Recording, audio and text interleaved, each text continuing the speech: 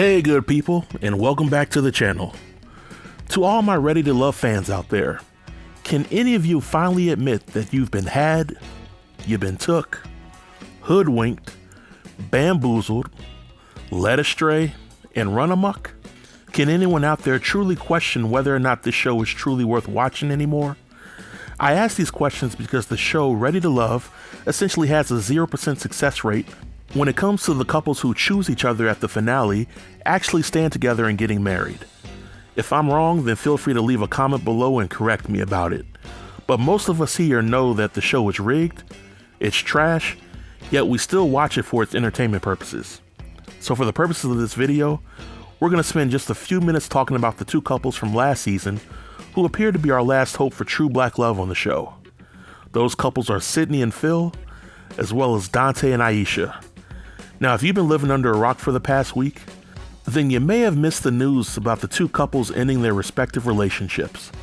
And if you just give me a few minutes of your time, I'll explain why I wasn't really surprised by any of this. Let's first talk about Sydney and Phil. Throughout the last season of Ready to Love, it was always my opinion that Phil and Sydney never really seemed to be a good match. Phil was older, seemed pretty reserved, and came off as someone who really wanted to settle down, while Sydney was younger, more outgoing, and came off as somebody who was willing to use their assets to get what they want.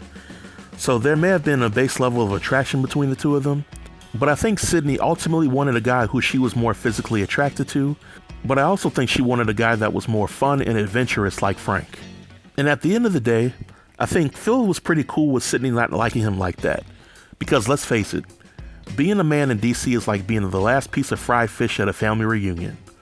All eyes are going to be on you, and I don't think Phil will have any problems finding a lady that'll give him her undivided attention, as well as a sampling of her delicious yet delicate yams. Now when it comes to Aisha and Dante's breakup, I wasn't surprised that it happened, but I was completely caught off guard about how it happened. Now according to Aisha, she ended things with Dante because not only was he cheating, but he had 2 extra kids and another one on the way.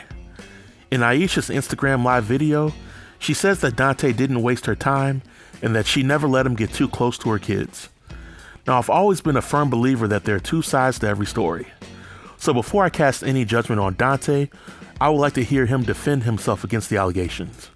But because he's not here, then allow me to serve as Dante's lawyer in the court of public opinion. And I will say that if I was Dante's lawyer, I could very well easily defend the allegations that were lodged against him. To the allegation of Dante cheating, I would ask Aisha, as well as members of the jury, what is cheating exactly? And what proof do you have that Dante stuck his tallywhacker in someone else's love pudding? In addition to that, Aisha says that Dante has 2 extra kids and he failed to mention. Well, as his attorney, I will question if she knew whether or not Dante had pending DNA tests on those kids. Because as the saying goes, if I don't see a sign, then it sure as hell ain't mine. And lastly, Aisha claims that Dante was on the show to further his acting career so that his dreams of being in a low-budget movie would finally come true. Well, as Dante's lawyer, once again, I would happily point out that Ready to Love has a 0% success rate for couples who make it to the end. Many people who come on the show do so with the understanding that they'll be able to use their platform to get gigs that can help them earn more money and opportunities. And the show was on 4 seasons with some level of foolishness happening in each and every episode before Aisha joined the show.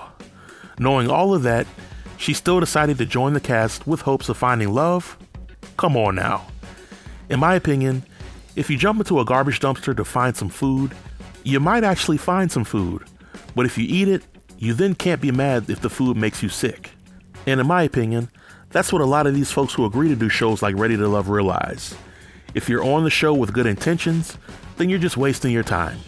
Now don't get me wrong, there have been a few solid love connections between cast members on the show, but those connections typically happen after the season ended, and they were between cast members who did not choose each other in the finale.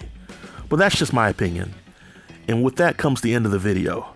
If you have any comments about this video or the recent breakup of these couples, then feel free to leave them in the comment section below, and I'll be sure to reply to each and every comment.